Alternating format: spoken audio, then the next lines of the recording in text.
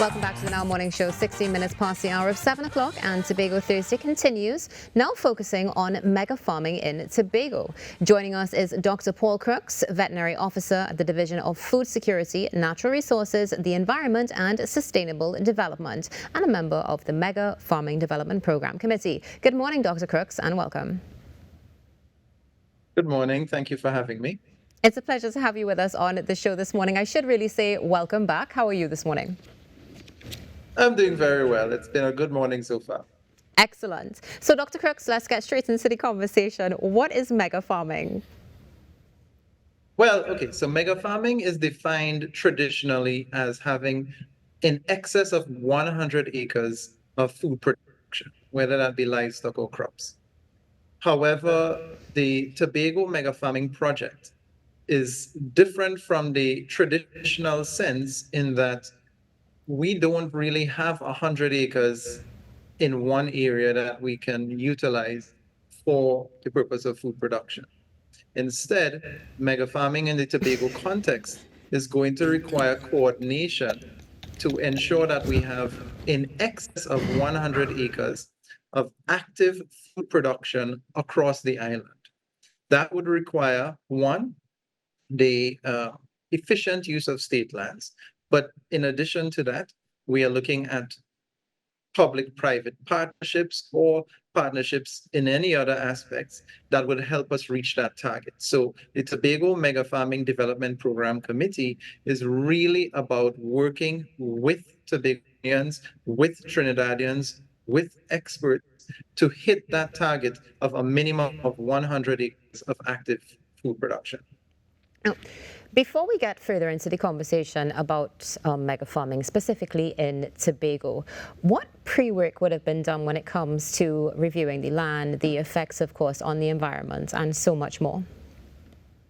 Oh, there's a lot that's gone into it. Our committee is comprised of experts in various areas, ably led by Mr. James Strutman, who has many, many years of experience in leading projects. And ultimately, what we're trying to achieve for every individual project is an overall balanced outcome where we have food production, but we are using, where applicable, climate smart technologies. We're ensuring minimal impact on the environment or positive impacts on the environment. We want to ensure that we have data capture and research, education and training opportunities. So all of these are very, very important for individual farmers who are interested in farming or who have already been actively farming, or persons who just came out of university or high school who have a certain degree of training in agriculture, who are interested in participating in the program, even if they don't have a current project. We ask them to visit the division's Facebook page, the Division of Food Security's Facebook page, and there they will find a link to do a Google form to apply to be a part of the mega farming program. There we go. They'll be part of the mega farming program, and as well, we have the in-person application available. If you want more information, you can email us at tobagomegafarming@gmail.com, or you can call the office at 639-1966, extension 3551, during opening hours, of course, 8 a.m. to 4 p.m. Thank you so much for that, Dr. Crooks. Now, joining us as well via phone is Keith George, who is the Technical Advisor at the Division of Food Security, Natural Resources and the Environment and Sustainable Development. Good morning, Mr. George, and welcome. Good morning, and thanks for having me. It's a pleasure to have you with us on the show this morning. Mr. George, can you just give us a brief of the Mega Farming Development Program? Well, probably I should start off by recognizing our secretary for the division, Mrs. Natisha Charles Panting, and our administrator, and our very many colleagues in the division who are in support of our project. The mega farming project, probably I should give you a little background in that, in terms of the need for food on the island. And we have the two arms of the project, which are crop production and livestock production. And from our crop production, We look for the fruits and vegetables, the root crops, and stuff like that, the oil crops and so on. And from our livestock production, we are looking for meat, milk, and eggs. That's the three main economic products, right? So the mega farming initiative is aimed at boosting production in the two areas, both crop and livestock production. All right, and as I said, the main thing from the livestock, those are the three main economic products: meat, milk, and eggs. From a crop standpoint, we have the vegetables, the root crops, the pulses, the fruits, herbs and spices. So those items will be systematically introduced into the runnings of the project as time and space allocation, land allocation becomes available.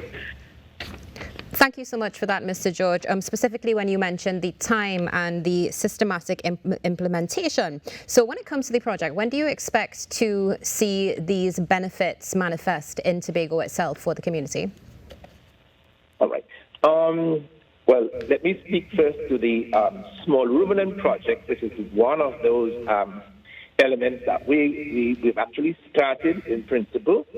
The small ruminant development project is aimed at purchasing 1,000 lambs and 500 kids from the Tobago farming community. And then the project will grow those kids and lambs out to maturity, some of which will roll out back to the farmers. Some will go to the livestock stations, government livestock stations, and some will go the route of meat production. All right? And there are a couple of aspects to that project which involves forage production, in which the farmers will share, the use of agro byproducts and agriculture marine waste, which we will convert to feed, and that also will be shared with the farmers. Earlier, I said we started to roll out. We did samplings for mango. We had the mango season was just closing on us. We converted mango pulp to mango molasses, which will be used with the livestock feeding. And apart from that, we have a number of training initiatives which we will engage farmers and technical persons in the division as we go along. So by the next 2 weeks, the forage aspect of it will roll out, where we will be harvesting forage and converting it into bales, and we will be sharing those with the farmers. So as soon as 2 weeks, that part of it will start. Thank you for sharing that, Mr. George. All right, let's bring you back into the conversation, Dr. Crooks. One of the things that would have just been mentioned specifically is 1,000 lambs, which I'm sure is just the tip of the iceberg when it comes to the increase in livestock that you're going to see with this mega farming development program. How is it going to affect Tobago's landscape, and are you and your team prepared for such an increase? Yeah, okay, so yes, there will be effects. So our intention, first of all, is to ensure that we have food security and food sovereignty for Tobago. First of all, we're trying to ensure that Tobago can feed itself.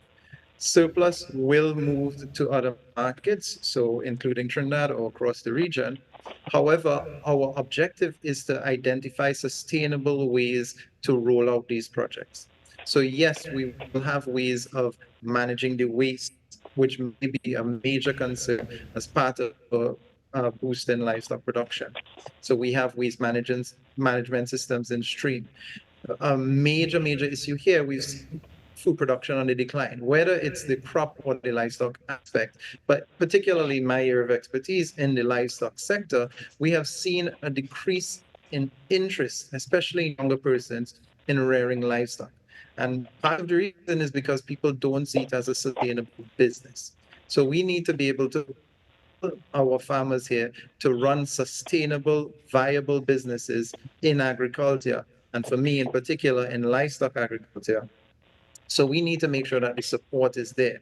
Mega farming will support the infrastructure development. So even farmers who are currently established and producing, even if they are not into one of our projects per se, we will still support them in whatever ways we can to ensure that they have good roads, infrastructure, electricity, water supply, and of course, in terms of introducing technology that minimizes negative environmental impacts because of the actions they're taking in trying to secure food for the island.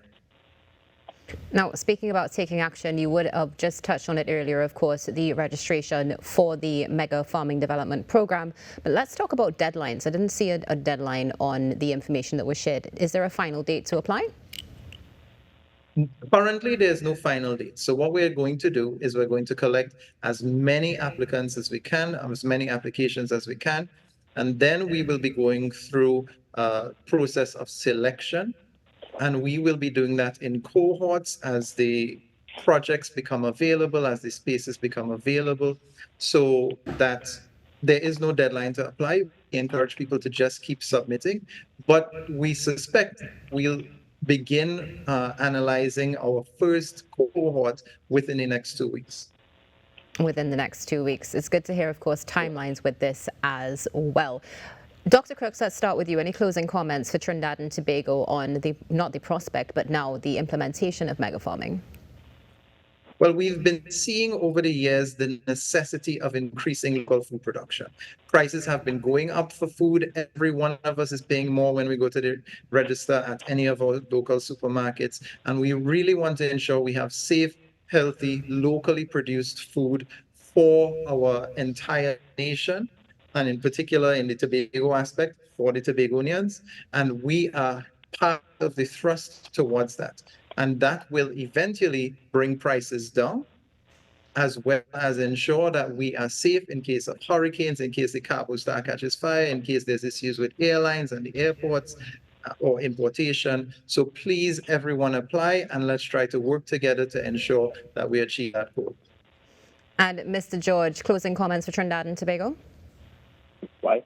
Well, I am just inviting our Tobago farmers particularly to support the initiatives and the wider community, because a lot of this has to do with public and private partnerships, that persons come on board and support the initiatives, and it is a big investment on the part of the government. And one of the major outcomes from this is the reduction, not just the expansion in food production, but the reduction in the cost of food to the housewife. So I would trust that persons will engage themselves and support the project so that we could see the best results. Increase in production of food and reduction in the price of food. Thank you, Mr. George, and thank you very much, Dr. Crooks, for joining us this morning on the Now Morning Show. Have a good day. My pleasure. Take care. Thank you. Speaking about the Mega Farm Development Program happening in Tobago, stay tuned. There's more coming up, of course, from Tobago after this break.